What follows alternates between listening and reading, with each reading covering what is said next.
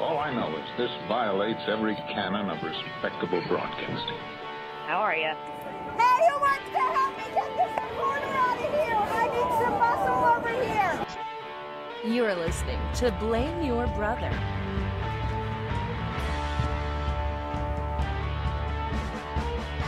Hello, hello, hello. Welcome back once again to Blame Your Brother. This is episode 150, and we are glad you are listening to us. We are streaming the show live like we do every Thursday night. Go to blameyourbrother.tv. You can hang out with us, join in on the chat, check it out on YouTube, Facebook Live, Periscope, however you get it. And we want you to hang out, watch the show live, or if you miss it, you can catch the podcast the next day.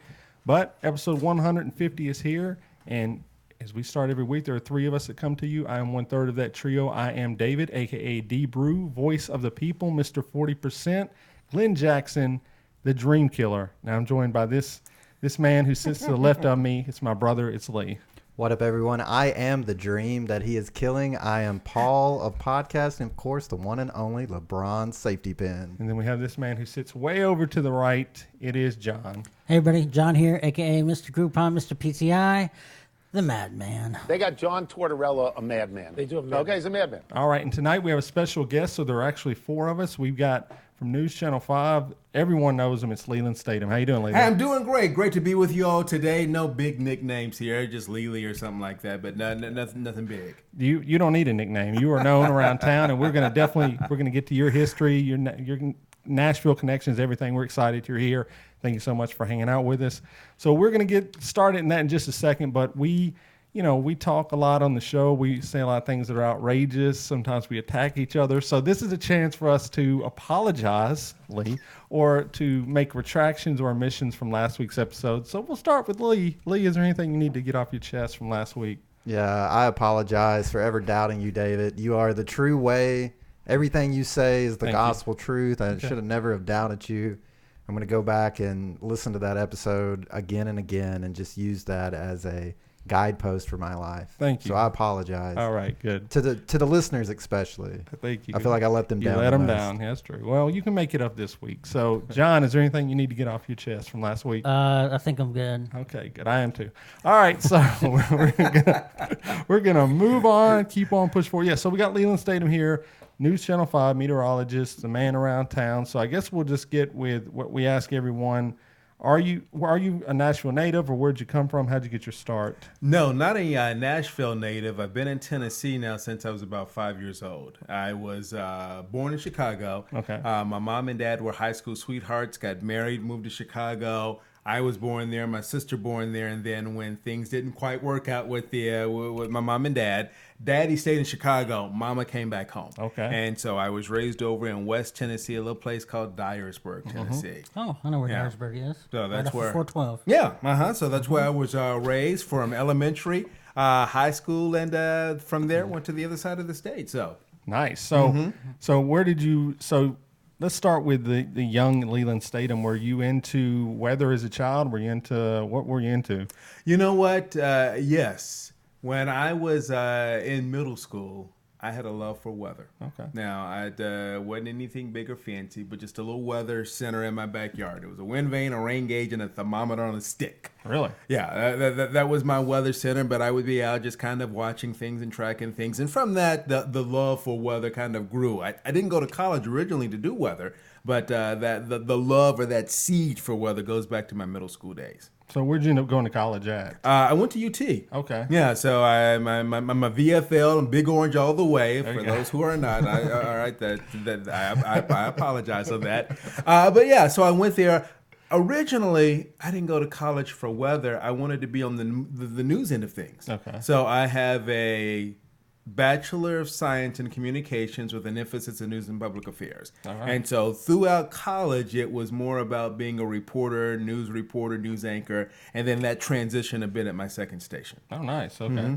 Well, there you go. So your communication degree hopefully will help out this episode. We'll see how that goes. But We can use all the help we can get. Right. So where did you start working at? I mean, you get out of college. Where do you end up? What's your first station? The first station, my first two were in Knoxville. Okay. All right. First one doesn't exist anymore. Oh, boy. Yeah, it was WTVK Channel 26. was my first station out of college, and I was what they called a one-man band. Now, today they've got a newer term, MMJ, or a multimedia journalist. Okay. But I was a one-man band, so my job was to work with a reporter from time to time, but often I was sent out on my own to go do stories, and I wasn't necessarily on air, but I'd come back, write the story, edit the story, and then that would be the story that would be on the newscast. So I did that for 1 year. That station is actually now Channel 8 WVLT in Knoxville, and was there for a year, and then went across the street to ATE in Knoxville, the ABC station, and became weekend assignment editor. So I was at that station doing, it was really low mid-management, all right? I had no really big authority other than deciding what news stories we were going to cover for the weekend. So I would do that, I would assign everybody, and then at that station started filling in on the weather. Okay. Yeah. So the more I did it, the more I liked it. Then I found out how much money the main weather guy was making. I thought, oh, maybe there's some things I need to reconsider with my life. I like that honesty. That's good. So when did you end up in Nashville then? I have been in Nashville since 1993. Wow. Yeah. So from Knoxville, I went to Bristol. Okay. I was in Bristol for 2.5 years, and in Bristol at WCYB, that was the first time I was hired to do weather. Right. All right. The other station in ATE was just kind of a fill-in deal, but in Bristol, they hired me to be the weekend weather person and to be a nightside reporter a couple of days a week. I did that for 2.5 years, and then just one day out of the blue, our longtime chief meteorologist, Ron House, called me up and said, "Hey, we've heard some nice things about your work. Send us a resume tape," when you were sending tapes and not demo links now. Right. But I sent them a tape, and a couple of months went by, and I thought, well, my tape was in a trash can somewhere. And then they called me back and say, "Hey, we've narrowed this thing down to 3 people. We want to bring you in for an interview." And so it was May of '93 when I started here in town. How'd the interview go? You know what? It wasn't bad. Not bad at all. And back then, it was Ron picked me up. They put me in the Doubletree Hotel, which was kind of nice because they had a cookie. I thought, hey, this is kind of cool. They got cookies at this hotel that's in every room. And I did that, spent the day here. And usually when you come in, especially for an anchor type job, they even though they've seen your work, they have you do another audition just to make sure, okay, let's see what he really, it's not been doctored too much. And so I got passed okay. What do you think they're looking for in that? I mean, because everyone, if you watch meteorology here in town, the different meteorologists, they all have kind of a different style. Exactly. But there are some common themes. What did you feel they were looking for at that time, or what were you trying to project when you went into that interview? For me, just personality, because I think Ron was fantastic. And there was no way I was coming in to do more than what he was doing. So it was just for me, the personality background and being able to connect with the viewer. Right. And that's one of the things that they're looking at more than anything else. All right. Background is fantastic, but can this person connect? Can we get this person to want people to invite him into their living rooms or bedrooms or wherever that TV happens to be? And so I think that's one of the things that they're looking at. How do they really connect when they're at that camera? Yeah, that's for sure. Well, I guess we're off that list immediately. No, Oh my goodness. So you got the job. You're going strong. Obviously, the technology's changed a little bit since then, but has there been any other big changes with the weather? Because, the running joke used to be that the weather people, you can be a sports analyst or a weather person and be wrong half the time and still have a job. But have you seen anything changes in technology that have helped? Because now it's pretty accurate. I watch the news now and I'm like, it's dead on. It's rare. But what have you seen are some big changes since you've been around? On the accuracy standpoint, my problem is, and everybody's problem in weather, is people don't remember the right ones. Right. That's true. That's true. They remember all the wrong ones. I can be at Walmart and a nice lady will come up and say, "I watch you every morning. I don't think you know what you're talking about, but I watch you. You do a good job." And then she'll bring up a missed snowstorm from 2001. Right. So that it's part of the territory. but it's about 85 to 90% accurate for the daily forecast that we give. Now, the 7-day, the accuracy rating is a little bit lower, but when you watch tonight for tomorrow's weather, or when you watch me or someone else in the morning, your primary concern is, how do I need to dress for that day? Now, maybe you got plans for the weekend, something's going on, you want some idea of the weekend weather, but your primary concern at that point is, how is the weather going to impact me for today? And on that, it's 85 to 90%. We're never, ever, even with all the great technology, never, ever going to be at that 100% accuracy rating, but we are doing our best to make sure that people are informed on what is going on. Oh, for sure. Yeah. For sure. From a technology standpoint, just the way that computers have come into play, as your computers at home have gotten better and faster, that has been the case for us in television. We have what we look at as kind of weather charts and weather models. All right. For my first stations, including this one, we used to have this, what we call DIFAX machine. And so it was a machine in the back of the weather center that was running 24/7, spitting out weather charts. And so you would take them, and if you went into just about any weather office in the country, and especially a lot of TV stations, you saw those charts on the wall. And now all of that's at our fingertips. And so we've got that. From a radar standpoint, before it was just giving you a general idea, or we could zoom in to a couple of spots here and there, and when I got into town. But now with storm tracking, we can go down to your city street, and we can say, all right, here's the storm right here. It's moving at about 20 miles per hour. So those of you in Antioch, those of you in Franklin, or those of you over in Wilson County, this storm will be in your community in about 5 minutes or about 10 minutes. So that technology has gotten greater. And the ability to be able to detect tornadoes is better. Now, there's still a lot of room for improvement, and that's what storm trackers are doing to try to get us even better information on that. But the ability to be able to detect where there may be a possible tornado is so much greater now than it was 10 or 15 years ago. And for that, it's great across the board, no matter the station, no matter the service providing it, because we all are trying to make sure that people have a few extra minutes in a tornado warning, and those few extra minutes for some can be the difference between life or death. Oh, yeah, for sure. Now, we've had a running debate at my work about the rain forecast. Okay. And when they'll say 70% chance of rain. So there's two schools of thoughts where I work at. One is 70% chance that rain's going to happen at all. And then other people think it's 70% chance of a highlighted area is going to get rain.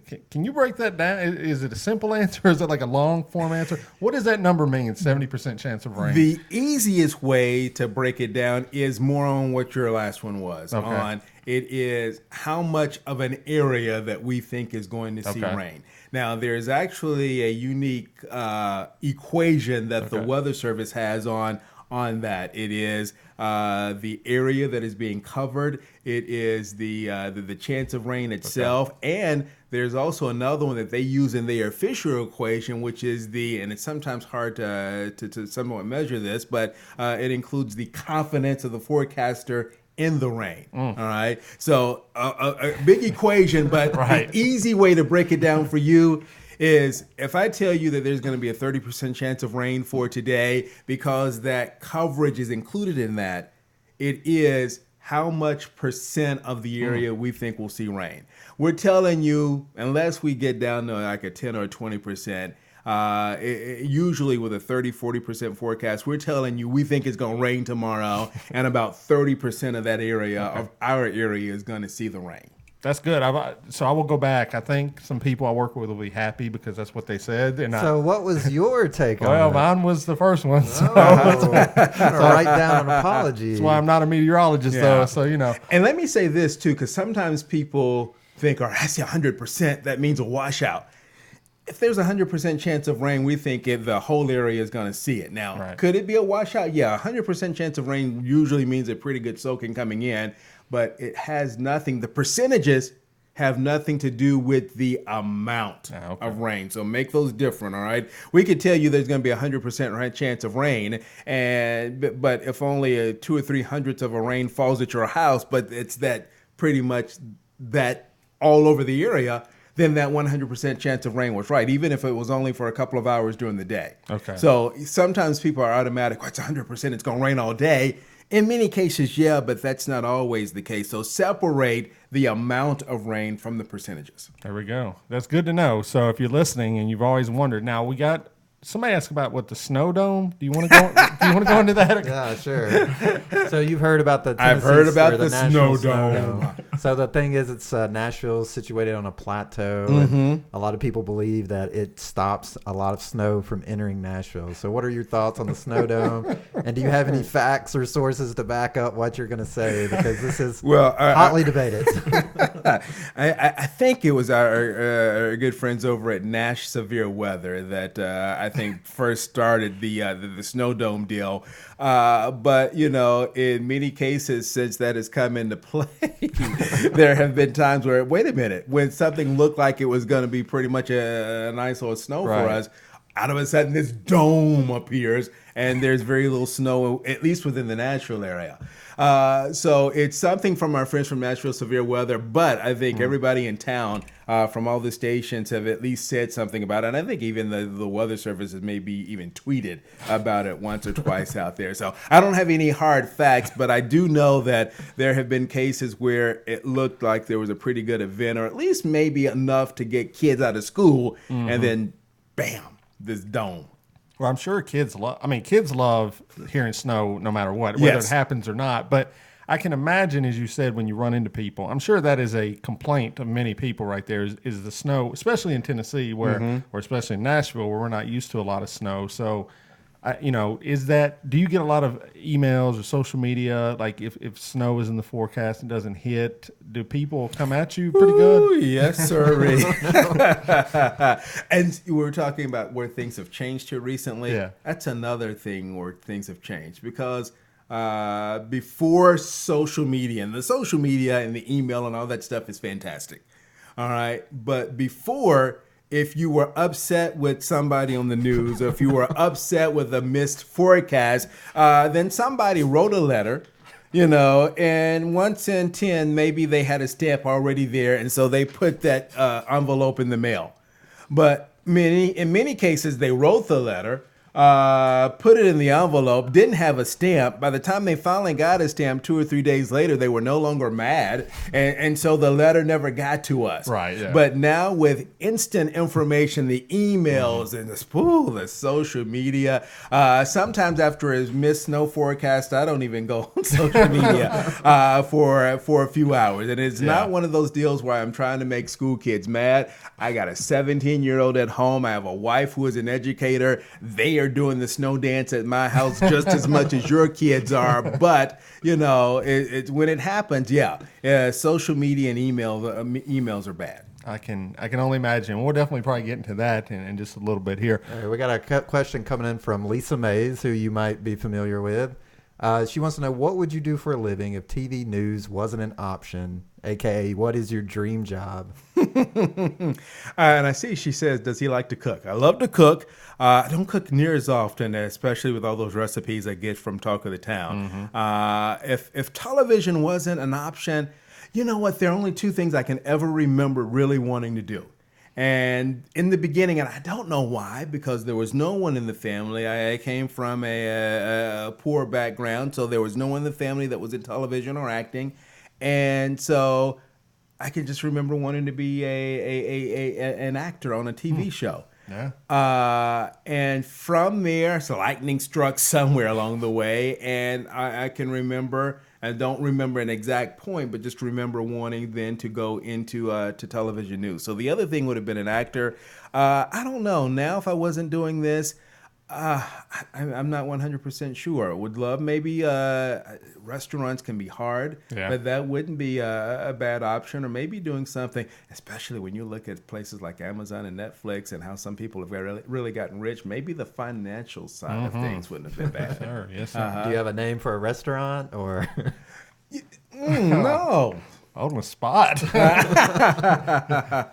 Well, we definitely gonna get into food then. We ask many food questions of people that come here. So first off, we have ongoing debate on the show. Here are the hard questions. So pizza, staple of America. What are your thoughts of pineapple on pizza? You know what? I'm actually okay with pineapple on pizza. It was one of those things. What was it? Chuck E. Cheese? There may have been some other similar place when I was in college. And the first time I ever had it, believe it or not, was in college. My roommate, my freshman year, was from Chattanooga. For my birthday, they just brought me down. And they weren't saying anything. He said, just come down. The family wants to come down. So brought me down, and they took me to a surprise little birthday party. And we went to a pizza place that had pineapple on it. And actually, it was good. I liked it. Yeah, I'm not gonna order it every day, but it was Right. it was not bad. I think Not bad. I think he was indoctrinated at a young age, is what it sounds like to me. This was a sabotage by his friends, and if you hit people early enough in life, food you like growing up maybe wasn't good, but you've eaten it enough. I think that's what's going on here. It's fine though. Yeah. So I don't know. Chicago pizza deep dish is my favorite. okay, so we are worlds apart on the pizza, but because I'm a New York thin crust guy. Are you? But Okay. Yeah, but hot chicken, fan or not? Yes, I am a fan. There's some places where I think they make it too hot just to make it hot. Okay. If it's flavor and heat with a purpose, I am there. Some of the places where they've got the off the chart meter, I can't do that. So, yeah. And I've actually I didn't get a chance to do it this year because of family vacation. But for about 5 or 6 years, I've actually been a judge for the amateur chicken contest, hot chicken contest at the Nashville Hot Chicken Festival. There you go. So you are an expert. An expert. So, I wouldn't say expert, but if you're, A judge. yes. so who's your favorite then? We got to know.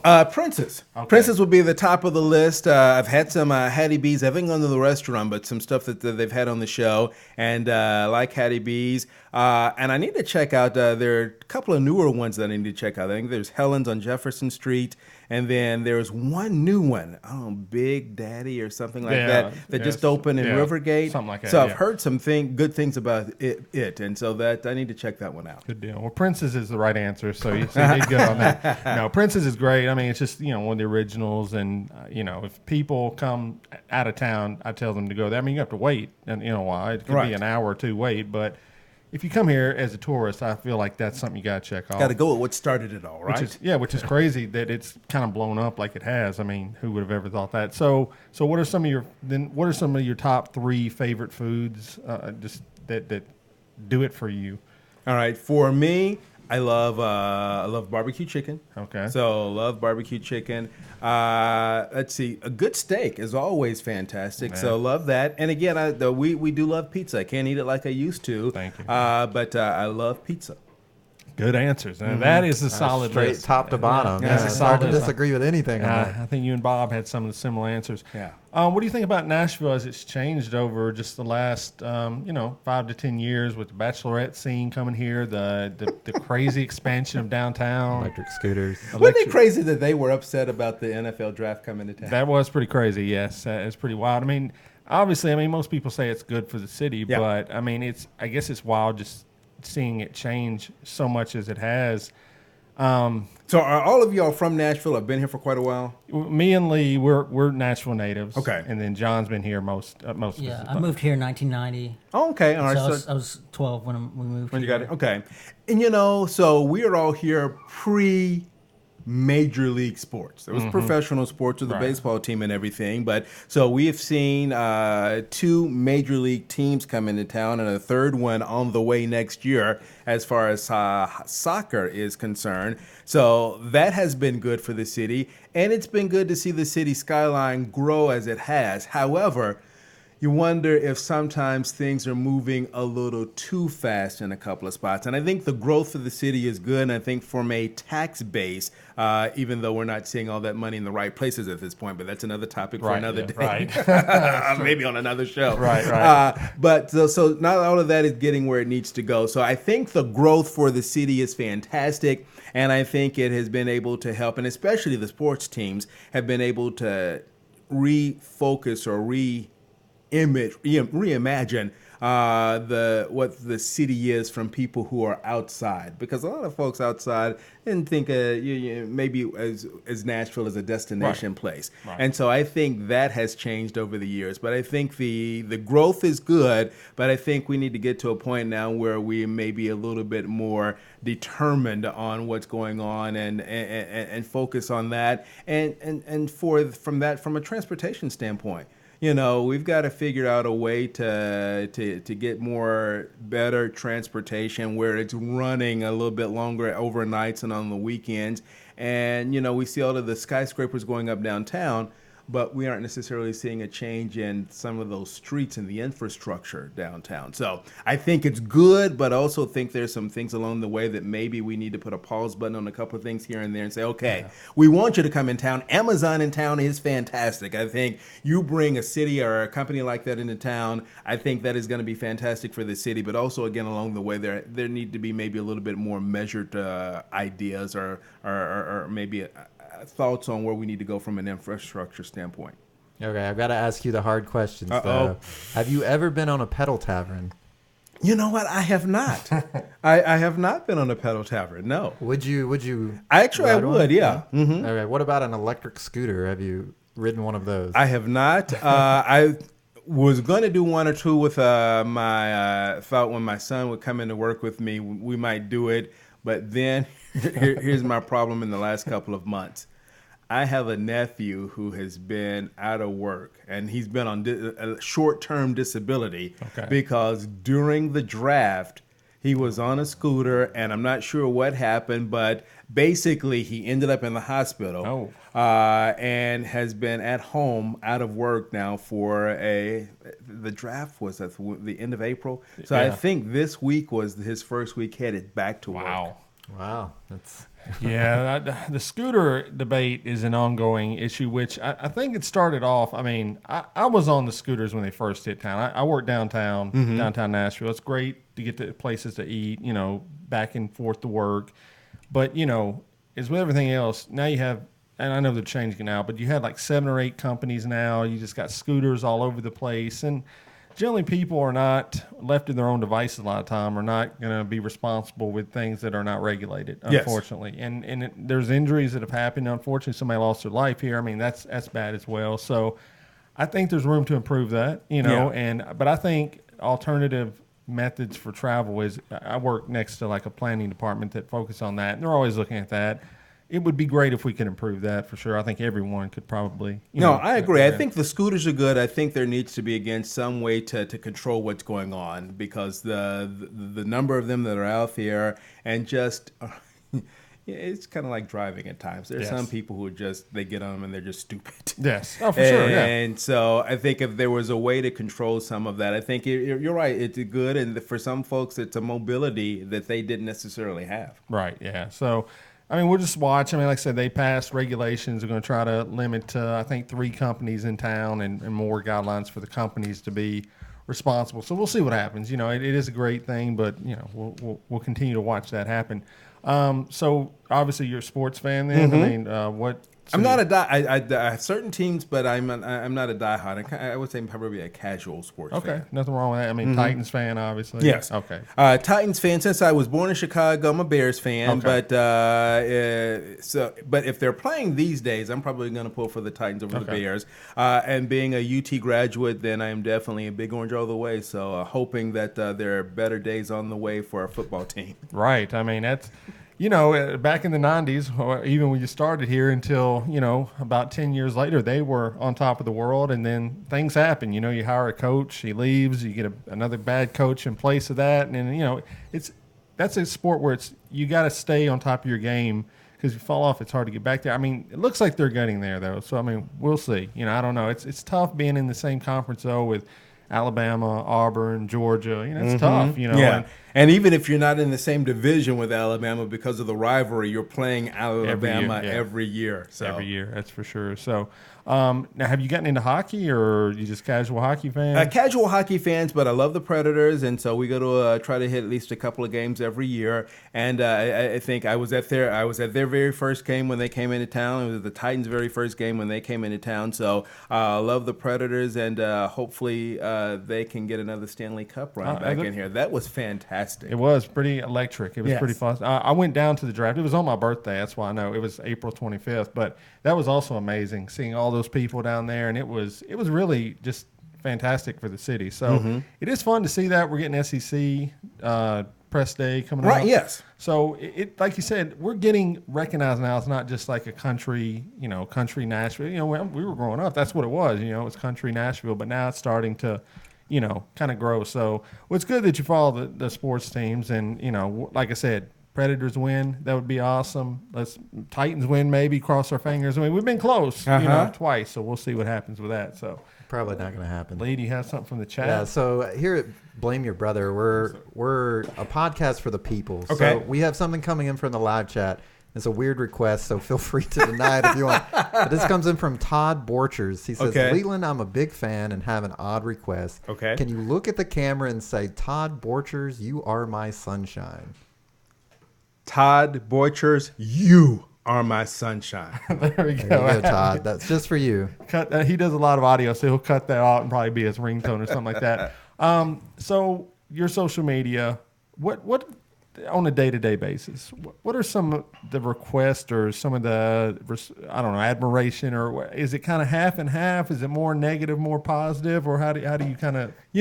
For me, it is more positive. Now, I think on the station page, it may be a 50-50 split, just because there are certain stories that they're posting throughout the day, and there's some who fall right in line with it or fall in love with a particular story. Or if it's a political story, whether it's on the local level or the national level, I think on the main station page, there's probably a 50-50 split. And sometimes that split is not necessarily over the story. It's just no matter what. And I think that's a problem in America today. No matter what, they fall along lines instead of maybe looking at the entire image or the entire story itself. For me, my deal is to try to give people information on what's up. All right, so our bread and butter is News Channel 5 and the main channel. All right, so that's where we're making the money as far as any television station is out there. We're making a little bit of money off of social media, but not a ton of money right now. But we have to be on those platforms to provide information. So I used to post a daily forecast, and it really didn't get a whole lot of hits on it. So I just kind of stopped doing that, and I will post a few things in the morning. Basically, like this morning, I posted radar. There were some storms that were going on, and right now, for me, during the morning show, I use it to put out some basic information and then try to tease to the newscast, because eyeballs still matter. Even though it's a changing game right now, the eyeballs still matter. So I am trying to drive them to the newscast, and then throughout the day, I think I use Facebook more as just kind of a point of information, maybe share a little bit of private stuff, and then the Twitter feed is more of a news feed. So if there is weather information, I'm tweeting it. I'm going to have weather warnings there that I automatically tweet it out for us. And then if there's just news stories that are the big news stories or news stories that I think are kind of cute or quirky, then I'm going to likely either tweet those out or retweet those from somebody else. And then on the Instagram page, I'm still trying to get a feel for it, because a lot of times in the morning, Facebook and Twitter, I tweet the exact same thing. I'm trying to make the Instagram page a little bit different. Every now and then I'll tweet out something that is similar that I think is a big weather story that I'm trying to get the information out. But I also try to put a few other things there that are different to make it somewhat different than what you get on my Facebook page and on my Twitter page. So that's one of those things that's a work in progress, but also one of those things that you see with the podcast here where technology and the platforms have really, really changed, not just in the 25 years that I've been here, but within the last 5 to 10 years.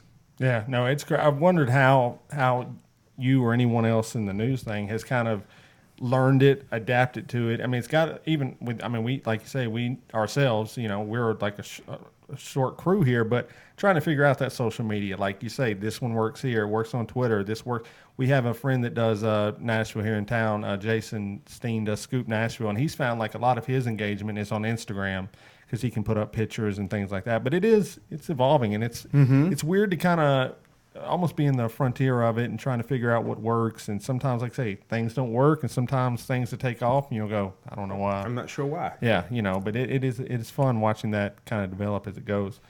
So no Snapchat? We're not going to see that anytime soon? No Snapchat. I leave that. I have an account just to monitor kids. There you go. And that more my 17-year-old, but no Snapchat.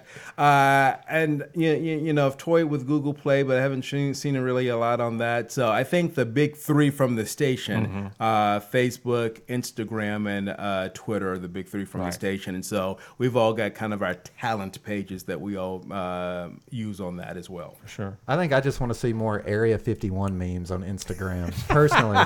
So if you could somehow maybe do like an Area 51 weather report. Okay. September, I'll work on that. I was going to say, are you headed out there in September? Oh, of course. Yeah. Got a sword cane ready and everything. Okay. I'm there basically in heart. Goodness gracious. That is a wild story in itself, which kind of started out as a joke. And now I don't know, it's kind of blown up and everyone's kind of taking it serious. I don't know what's going on with this crazy world. There's literally nothing there, right? No, there's nothing. Okay. No. So here's a question I ask a lot of people too, and I think I know the answer because you said you want to be an actor, but you never know.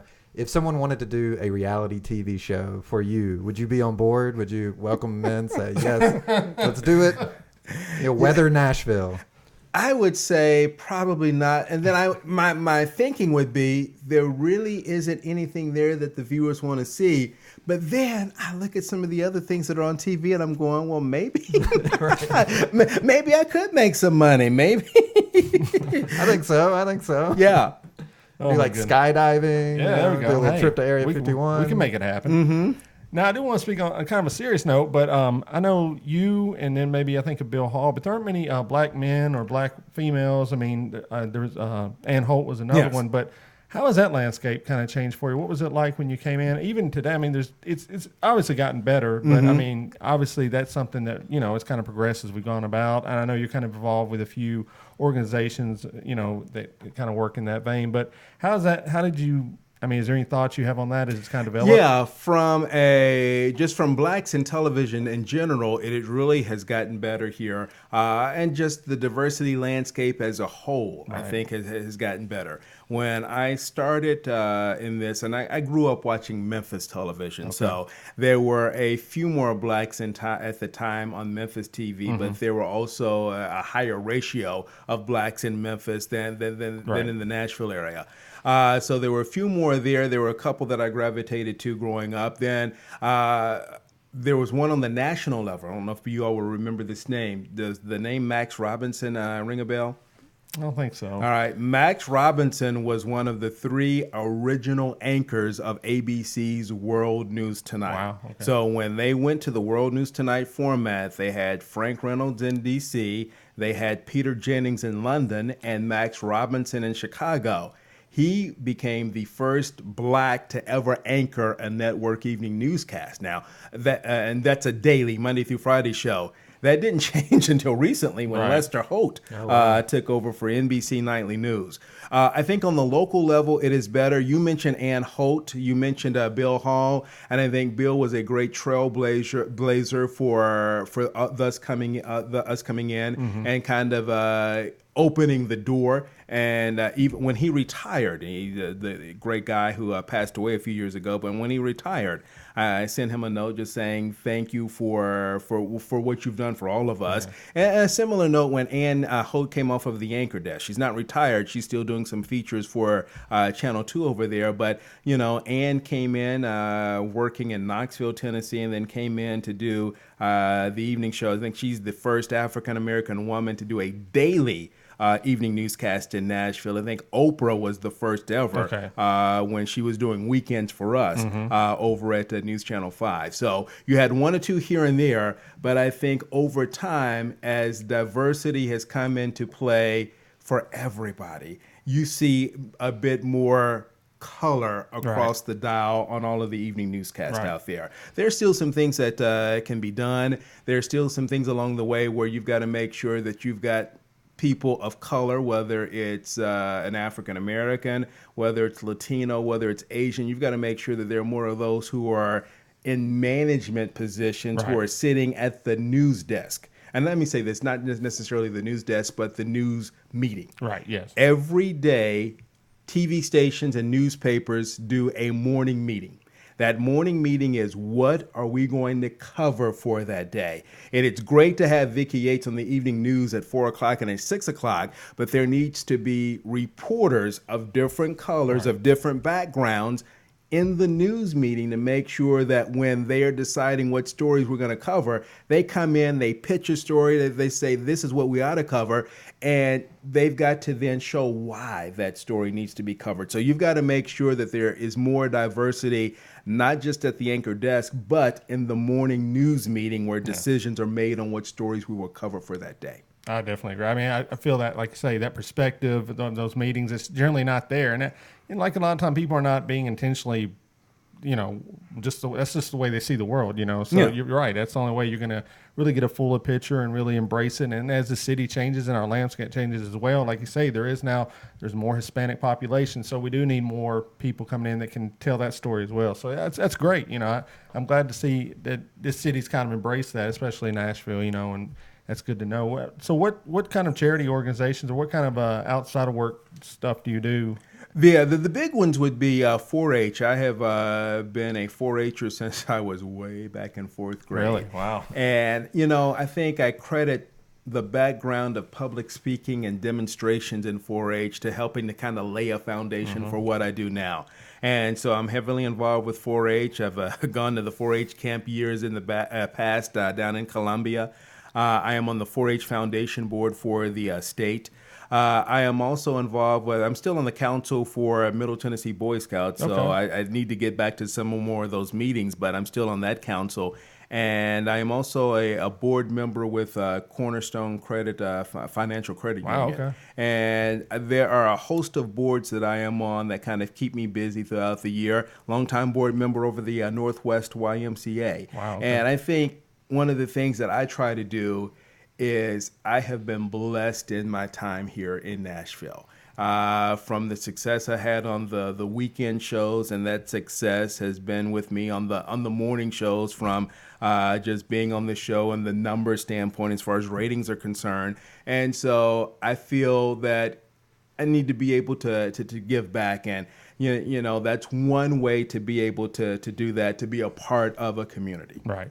Well, that's good about the 4-H. I always say we all were in Police Explorers together, which is an offshoot of the Boy Scouts, and that's really where I credit a lot of. I mean, I was a quiet person in high school, did not talk much, but when I got into Explorers, it does give you the tools and kind of it made you talk. It made and you. He hasn't shut up yet. Yeah, so they hate it, but it's great. So 4-H is great. I'm glad to see that's it's still going strong. My wife was huge in 4-H. Okay. Growing up too. Yeah. And I am now the parent of a 4-H agent. My daughter graduated at UT about 2 years ago, and she is a half 4-H agent, half ag agent for a county in Troy, New York, through Cornell University. Wow. There you go. Look at that. Very impressive. So let's talk about your News 5 people. So who is someone that works there that maybe might be hilarious or funny, maybe not on camera, but off the scenes, just cut up. Yeah, cut up, or it might surprise you. I don't see Rory as much, but I hear that Rory is a prankster. Really? And so according to, I think, Vicky a little bit, but from my evening counterpart, Bree Smith and Carrie Sharp, I think he's always doing things or trying to scare them or such within the studio at night. I like it. Yeah. Well, I know Bree Smith is. We were talking to her. Hopefully, she said she wants to come on the show after she saw you were. But I know she's a cut up for sure. So hopefully she'll get on the show. But I mean, we got to talk. Obviously, we had a Twitter poll a couple weeks back. It was who was the best meteorologist in the mornings. And so we had all the morning people, and it was you, Jared, Laura Bannon, and then the guy on Fox 17. Justin. Yeah, Justin. And I mean, you were like winning. I thought you had it. I mean, I was rooting for you. I'm not gonna lie. I wanted you to win. And then Jared came in at the last minute. Do you have anything you want to say to Jared? Who's going to be on the show soon? So I mean, any words for? No, Jared. He and I have met a couple of times. I think one of the first times is when Top Golf opened, and there was a media night. So I met him, met his beautiful wife, and I say congratulations. No, I wish him the best.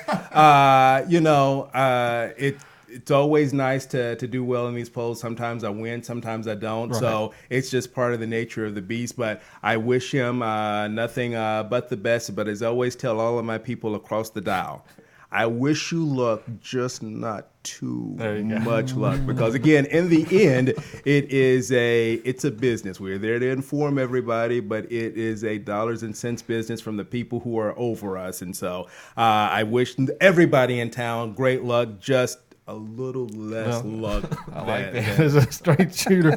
I gotta say, these two believe there was some collusion in the voting. Yeah, there's a rumor of like Russian Twitter bots being involved in the poll. I don't know. There's no real hard evidence. The documents have been sealed. Yeah. We're working on getting those, subpoenaed. Yeah. Well, and I will say this: there was I know that the folks at two stations, their main station pages retweeted a lot of stuff. Mine did not, and so there was harder campaigning in a couple of spots. I tweeted a couple of times and retweeted a couple of times, but it's all part of the deal. It's all part of the deal. Again, I've won some of these. I've lost some of these.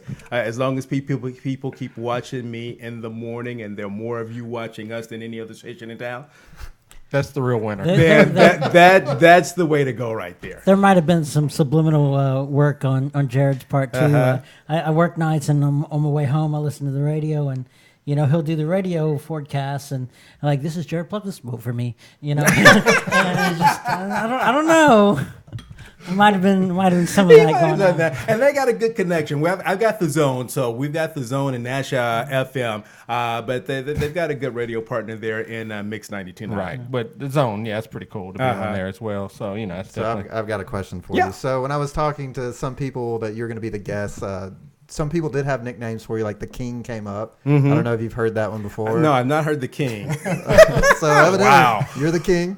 So, but one thing, I was talking to someone, and they're like, "Oh, that guy has a billboard on the interstate." So, when was the first time you saw yourself on a billboard, and how did you feel? And do you still, when you look up and see yourself on a billboard driving down the road, do you just ignore it? I'm going to say this: it was pretty freaking cool. All right, because when I went to Bristol, they did billboards before I got there, but then never did any billboards when I was there. All right. I got to town, and we very rarely in the past did billboards. We rarely did anything really outside of the station platform. Did some radio, but that was about it. Did a couple of newspaper things. So I really had just thought, I would never be on a billboard. And then when they said, "Hey, we're going to do this," and the first ones were of the morning team, and then of the weather team. And so when those went up, I thought, how cool is that? So no, I have a picture of the billboard.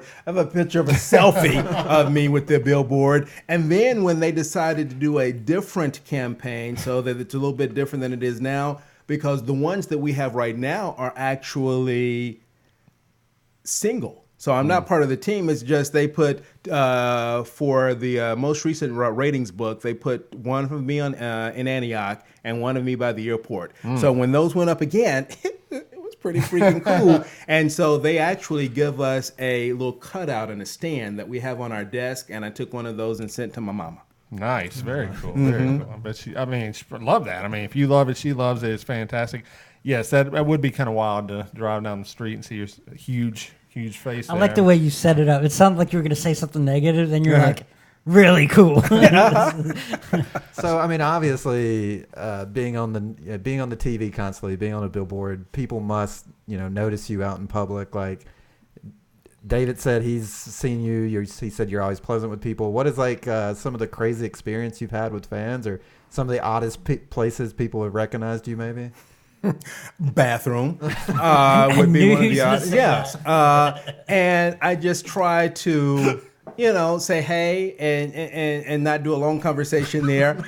But because, again, people are inviting us into their homes, then, there is that connection they have with us. And so when they stop to say hi, I try to stop to say hi. Sometimes I'm in a hurry, so I may not be able to speak as long. Or sometimes I am in sweatshirt and sweatpants and trying to get into Wally World in 5 minutes, and then 10 people will recognize me. But again, you feel blessed with that because they recognize you and they at least want to take the time to stop, because it could be, there's a bad guy from Channel 5. Go on, I don't care about you. So the fact that they want to stop and say hi is cool. Probably one of the more unique places recently, and 3 years ago, I was blessed to be able to go to Honolulu in Hawaii.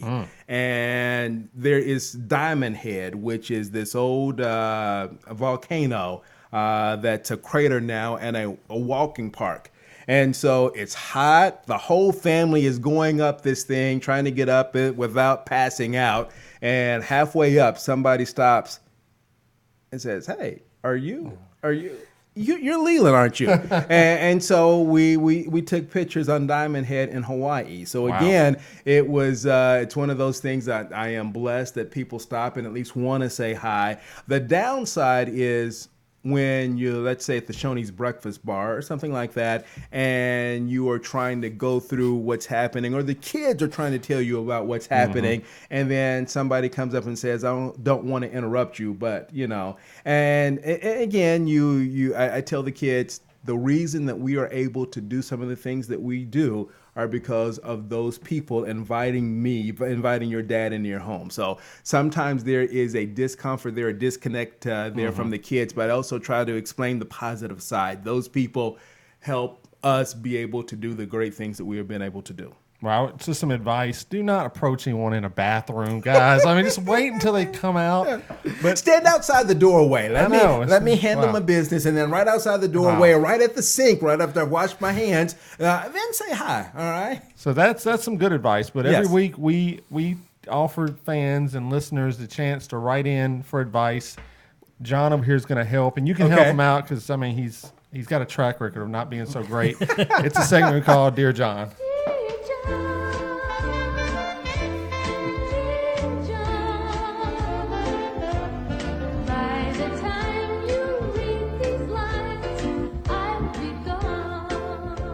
Okay, so Lee's going to read the question, no telling what it is, but only Lee has it. All right, Lee, go ahead. Wow, this is a long one. Okay, go ahead. This one comes in. Last year, I gave my new, at the time, girlfriend, Alyssa, a pair of earrings for her birthday. They were in a box from a department store marked fine jewelry. She loved them and became emotional in expressing her gratitude. I thought it was because it was the first piece of jewelry I had ever bought for her. When she opened the box, I explained that they were her birthstones, sapphires, but white sapphires. In her excitement, she must have missed that part. The earrings are large, maybe 1 carat apiece. Yesterday, I overheard my granddaughter ask Alyssa if they were real diamonds, and Alyssa told her yes. I kept my mouth shut when she said it, but now I understand why she was so excited when she first saw them. She cherishes the earrings since it told me numerous times she will never take them off. I want to make this right, but I'm afraid she'll be embarrassed because she must have told her girlfriends and family I gave her diamond earrings, which I didn't. What do I do from a loving boyfriend in Virginia? Oh, boy. Absolutely nothing. Do not do anything. Do not say anything. You mentioned it when you gave them to her. You're in the clear, bro. Just let it go. Do not say anything.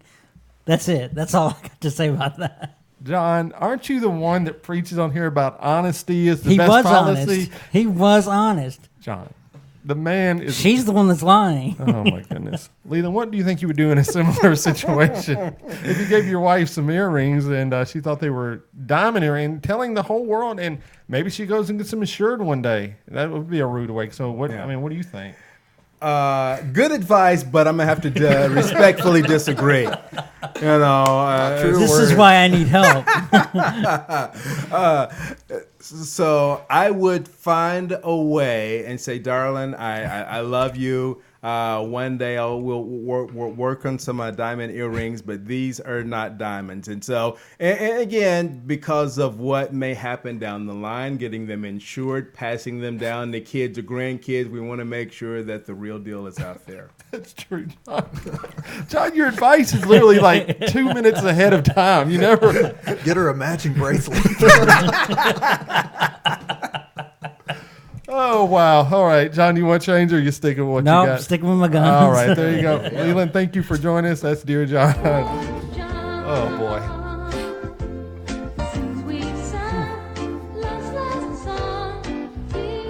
Yeah, I was kind of being nice about his advice, but no, it generally goes off the rails. So we appreciate you being there for that advice. So, so I guess we're coming up to the end. So what I'll do, I guess, is we still got some room, though. You talked about some of your influences. Are there some more people that you want to maybe give just a nod to that influenced you along the way? Is there anybody that really stands out to you? Yeah. Well, number one, I mentioned Ron House earlier. So Ron is really the big reason why I am in Nashville, and working with him for over 2 decades, and he retired in 2016. Working with him for over 2 decades, just a great wealth of knowledge, especially when I was doing the kind of a dayside type deal where I was working weekends and with him a couple of days. The last 10 or 20, well, since 99, I've been on the morning show, so we didn't work as much together, but he was a great leader and great guidance for everything that we do in the weather world and now at News Channel 5. From the very beginning, I'm going to recognize a guy. Hal Wanzer gave me my first job. He actually gave me my first job at one station, and Holt her first job at another station in Knoxville. But also at that my second station in Knoxville, the chief meteorologist at the time was a guy by the name of John Gerard. I had asked to do a demo tape at my first station, and they said, "Nah, we don't think you can handle it." At my second station, I put together a demo reel just for a temporary position doing weather. Gave it to the chief meteorologist. He liked it, and he then gave it to the news director. And so because of John Gerard, he opened the door for me to start doing weather. And then when I was in Bristol, Steve Hawkins gave me my first job where I was hired to do weather. So those are a couple of folks along the way who have really helped me kind of lay the foundation for where I'm at today. I like that. You don't really think of that a lot of time. Like, there's a lot of people that paved the path, and sometimes they don't get mentioned, or just I'm glad they get the shout out here for sure. I had something else and it escaped my mind. I don't know, but we didn't talk about Talk of the Town, which you do. Yes. I mean, did they just ask you to do it, or did you kind of? Yeah, when 06, they were reformatting the show a little bit, and the longtime host, Harry Chapman, left. And so they were trying to decide what they wanted to do. Meryl Rose, who's been a part of the shows for over 20 years, they came to me and said, "Hey, I've been doing weather on the show for a while." And they said, "Would you like to be the co-host of the show?" And so that's kind of how that evolved, where I do weather. My main job for the station is weather. I'm the senior meteorologist at the station since Ron was left and retired. So weather is my main gig, but Talk of the Town is great because it's a different variety from the weather of every day. And because of the success of that show, and it's been on the air now for about 30-something years, so it's one of the most successful local talk shows in the country. To be a part of that is great, and because of that history, we sometimes are able to get some stars to come on. So Julie Andrews was on the show a few years back. I love Babyface back in the 90s, so Babyface and a couple of his brothers have been on the show from time to time. But then there's some of the CBS stars who have been in town, and when Colbert started The Late Show on CBS, the station flew me to Chicago to interview him at the CBS station in Chicago, and that was fantastic. So again, because of the success of the show, I've had a chance to meet some very cool people. We had Emmylou Harris on the show today. Wow. So it's great. Again, weather's the big gig, but cool things happen because of Talk of the Town. Well, here's your chance. I mean, tell everybody how to follow you on social media, when to watch you, when to tune in, all that good stuff. All right, you can watch me every morning from 4 to 7 a.m. on the Mothership. That is News Channel 5. From 7 to 8, and I call it the Mothership because we've got the second channel, News Channel 5 Plus. We are on the Plus from 7 to 8, Monday through Friday. I am on Talk of the Town every day from 11 to 11:30. So all of you all who watch, you all have made the station the top-rated station in town, and we deeply appreciate that, and we don't take that for granted. On social media, I am on Twitter, NC5_Lelan Statom. For Facebook, I am Lelan Statom NC5. That's how you'll find me on Instagram as well. And for my Facebook page, I am just less than maybe 25 away from topping 50,000. All right. So if you all can get me over the 50,000 mark, that would be fantastic. But Lelan Statom NC5. But again, I try to connect there as well and do what I can on those platforms. Well, people go do it. You've got all the things. Watch them in the morning. I watch it when I wake up. It's love it. Love having those guys in the living room as I'm getting ready. Thank you so much, Lelan, for coming on. Lots of questions we can get to, maybe a part 2 down the road, who knows. But we appreciate you coming on. We appreciate everybody listening, hanging out. If you want to follow us, just go to blameyourbro.com. It's got all of our links on there, all of our social media, everything, all the past episodes. You know it. You've heard it before. And with that being said, Lee, is there anything else? Don't blame yourself when you can blame your brother.